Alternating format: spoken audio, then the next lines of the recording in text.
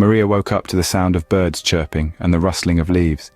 She rubbed her eyes and sat up, taking in the sight of the forest around her.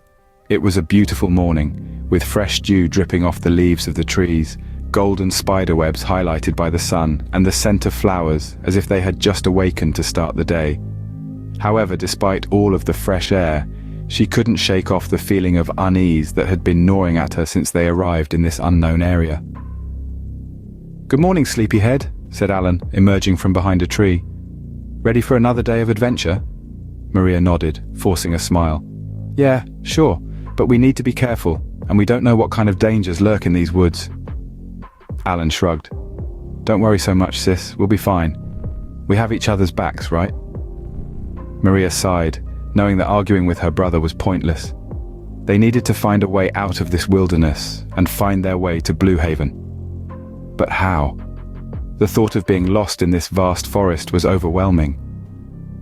"Alan, we need to find a map or someone who knows about this Blue Haven place. We can't just wander around blindly," said Maria.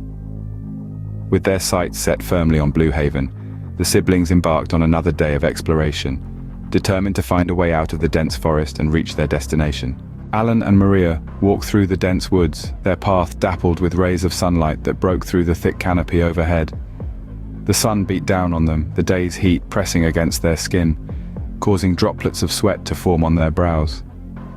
The leaves on the trees rustled gently in the light breeze, providing some relief from the heat. They walked silently for a while.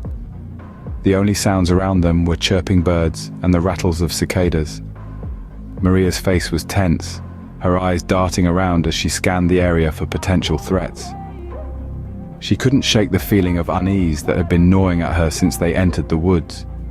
Alan, on the other hand, seemed entirely at ease. He walked with a casual swagger, his hands in his pockets, taking in the sights and sounds of the forest around him, appreciating the world's beauty. He paused to admire a patch of wildflowers that grew by the side of the path, their vibrant colors standing out against the verdant backdrop of the forest. After a while, they came to a small clearing. The sun shone down on the grassy patch, illuminating the colorful wildflowers that dotted the area. Maria suggested they take a break, and they sat down in the shade of a nearby tree. The siblings chatted idly for a while, enjoying the peace and quiet of the forest. Alan talked about his plans for hunting later that day, while Maria told him about how plants can communicate with each other. Plants use chemical signals to communicate and even know who their family members are. So, when an insect attacks a plant, it can send out a chemical signal to warn its neighboring plants to start producing their own defense chemicals.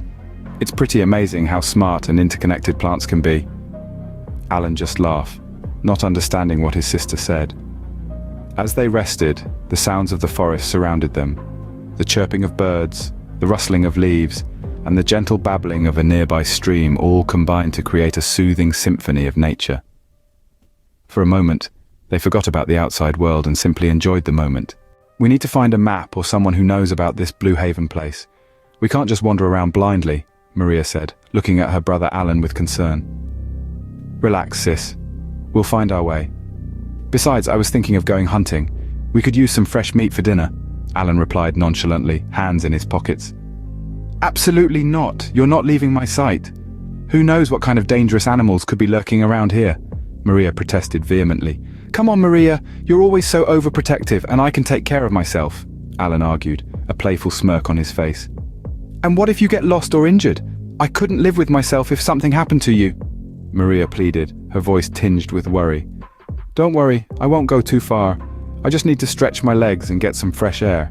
You can stay here and work on finding that map," Alan reasoned, trying to reassure his sister.